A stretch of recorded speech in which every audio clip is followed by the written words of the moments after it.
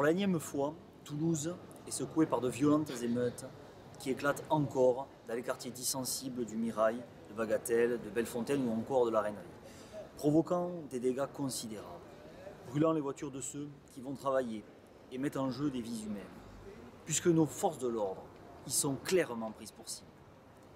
Les images de cette guérilla urbaine sont particulièrement inquiétantes. L'origine de la montée des tensions est encore plus terrifiante, tant elle met en lumière la fracture sociale, identitaire et culturelle qui s'est installée dans notre pays, de fait de décennies de laxisme de nos politiques face au communautarisme. Que ce soit le contrôle d'une femme portant le voile intégral ou le suicide d'un détenu qui a suscité l'insurrection de ces bandes de racailles, il s'agit dans tous les cas d'une véritable tentative d'affirmation par la force de la loi islamiste sur notre sol. Et ceci n'est pas acceptable. D'autant qu'en ce moment, les réseaux sociaux sont devenus le théâtre de réjouissance pour d'innombrables individus qui cultivent une véritable haine de la France et des garants de notre état de droit. Comme en témoigne cette vidéo édifiante qui n'est malheureusement pas surprenante. Oh les gars, ce soir c'est KFC! On mange du poulet! Poulet brisé! Ouais Claire, restez clair là contre ta mère!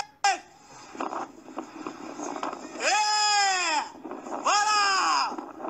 Oh, vous connaissez pas la stratégie de guerre ou quoi? Ah, mon cousin! Ah, il faut bien faire des stratégies parce que là on est 300 contre 16, hein? Le silence gêné de nos dirigeants politiques démontre toute l'étendue de leur lâcheté, de leur impuissance face à une situation qui est le fruit de leur renoncement et de leur soumission.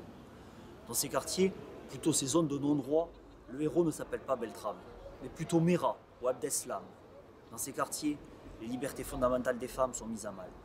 Dans ces quartiers, les trafics d'armes et de drogue explosent et nos forces de l'ordre et de sécurité sont constamment attaquées. Il est temps de passer à l'action avec détermination. L'échec du vivre ensemble est total. C'est pourquoi nous devons tout mettre en œuvre pour établir le vivre en paix. Pour cela, il faut rétablir l'ordre et l'état de droit partout.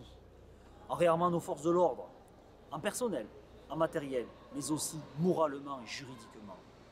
En désarmant les banlieues, en rétablissant des services de renseignement de terrain pour lutter contre les trafics criminels, en appliquant la tolérance zéro et terminer avec le laxisme judiciaire.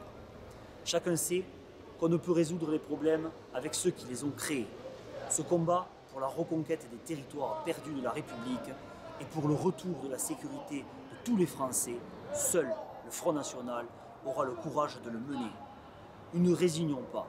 La sécurité est la première de nos libertés.